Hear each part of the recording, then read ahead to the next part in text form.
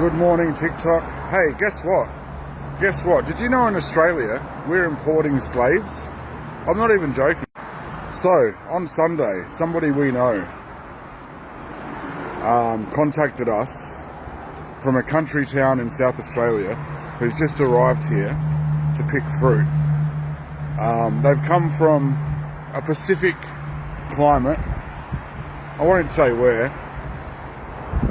It's not Fiji though, but it's similar. Where the weather is like, what's the weather usually there? Really hot, like constantly mid-30s.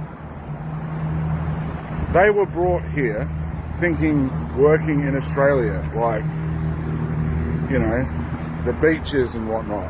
They've been sent out to, you know, straight to the airport to like outback conditions, right? In the middle of nowhere. We went there and visited this person because they were cold. It was -3 the other night. Anyway, so we went and arrived at this house. There was 11 ladies from the Pacific Islands all living in this house to do fruit picking, 4-bedroom. Now this is where the story gets better. These women have to pay $160 each to live per week out of their pittance little pay to live in this house, which is actually owned by the relative of somebody who owns the company that they're working for. So $160 times per head per week times 11 ladies. You do the math. That's a lot. That's a lot per month to live in a shitty house in rural Australia. Never mind that, they have to pay $78 each to rent this van, also owned by the company. That's like $860 odd a week to rent a piece of shit van.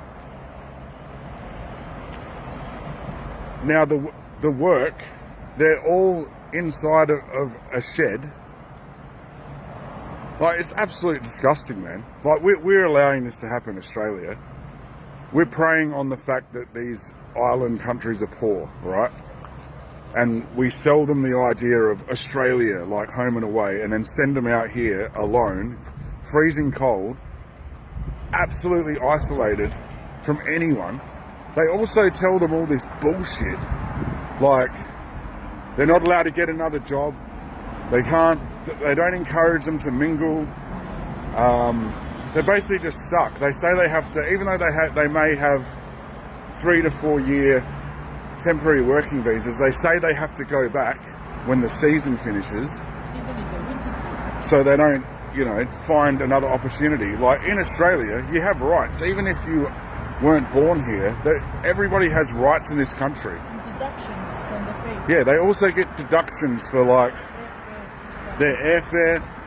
So they immediately get here and their wages are garnished for everything, you know. It's just an absolute scam. I'm so disgusted that this is happening in Australia, in my country.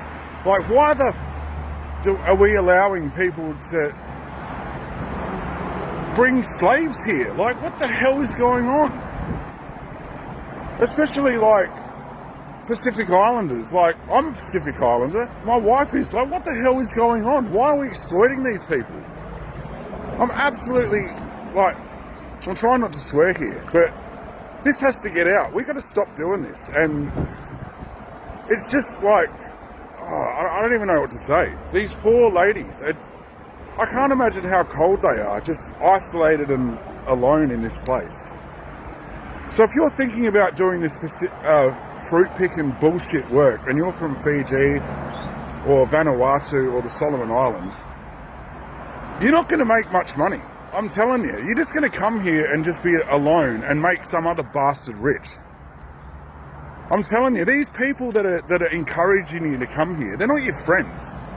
They're telling you that it's like, oh, come to the Gold Coast, come to the beach, lovely Australia. You should see the outback of Australia.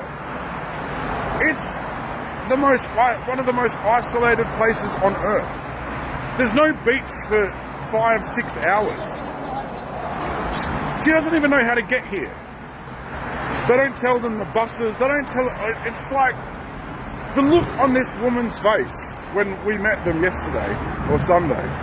We drove like 4.5 hours on Sunday to meet this lady. We took her like jackets, blankets, clothes, like, and just the man. It was heartbreaking to see the look on her face when it's like, this isn't what you were led to believe, hey. And she's just stuck here, like, alone. And with 10 other